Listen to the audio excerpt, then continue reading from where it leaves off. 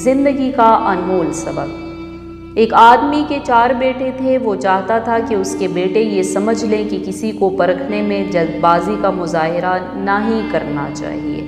لہٰذا اس بات کو سمجھانے کے لیے اس آدمی نے اپنے بیٹوں کو ایک سفر پر روانہ کرنے کا فیصلہ کیا اور دور دراز علاقے میں ناشپاتی کا ایک درخت دیکھنے کے لیے بھیجا۔ ایک وقت میں ایک بیٹے کو بھیجا کہ جاؤ اور وہ درخت دیکھ کر آؤ۔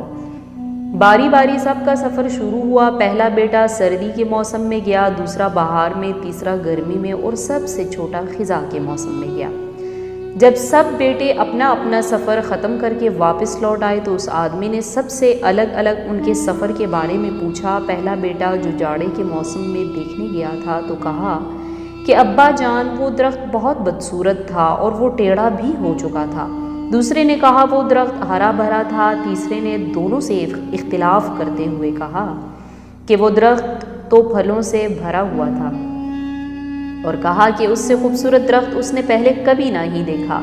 سب سے چھوٹے بیٹے نے کہا کہ وہ درخت پھلوں سے بھرا ہوا تھا اور اس پھل سے بھرا ہوا درخت زمین سے لگا ہوا تھا۔ یہ سب سننے کے بعد اس آدمی نے مسکرا کر اپنے چاروں بیٹوں کی جانب دیکھا اور کہا تم چاروں اپنی اپنی جگہ درست ہو۔ بیٹے باپ کا جواب سن کر حیران ہوئے۔ باپ نے اپنی بات جاری رکھتے ہوئے کہا کہ تم کسی بھی آدمی یا درخت کو صرف ایک موسم یا ایک حالت میں دیکھ کر جانچ نہیں سکتے ہو۔ کسی فرد کو جانچنے کے لیے تھوڑا وقت درکار ہوتا ہے۔ انسان کبھی کس کیفیت میں کبھی کس کیفیت میں ہوتا ہے۔ اگر درخت کو تم نے جاڑے کے موسم میں بے رونق دیکھا ہے تو اس کا ہرگز یہ مطلب نہیں کہ اس پر کبھی پھل نہیں آئے گا۔ اسی طرح اگر کسی آدمی کو تم لوگ غصے کی حالت میں دیکھ رہے ہو تو اس کا مطلب یہ ہرگز نہیں کہ وہ آدمی برا ہی ہوگا۔ میرے بیٹوں، کبھی بھی جلد بازی سے کوئی بھی فیصلہ کبھی مت کرنا۔ کسی کو اس وقت تک سمجھنا یا پرکھنا یہ ممکن نہیں جب یہ تمام موسم اس کے اوپر سے گزر جائیں۔